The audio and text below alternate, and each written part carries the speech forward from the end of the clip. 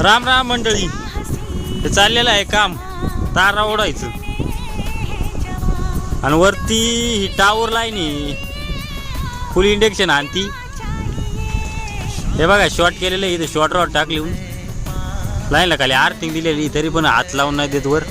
कशी कामं करायची आता? हे तारा वर आहे ना, भले मोठमोठाले टावर आलेले आहेत. बघा हे टावर केवढे आहेत, त्याच्यावरून गेलेली ही लाईन आणि त्यांच्या खाली आमची ही लाईन आहे 22 kV लाईन आहे. 22 kV लाईनचं काम चालू आहे. फुल इंडक्शन आहे खाली, सप्लाय चालू बराबरच इंडक्शन असतो याच्यात, करंट फुल मारतात. कसं काम करणार आता?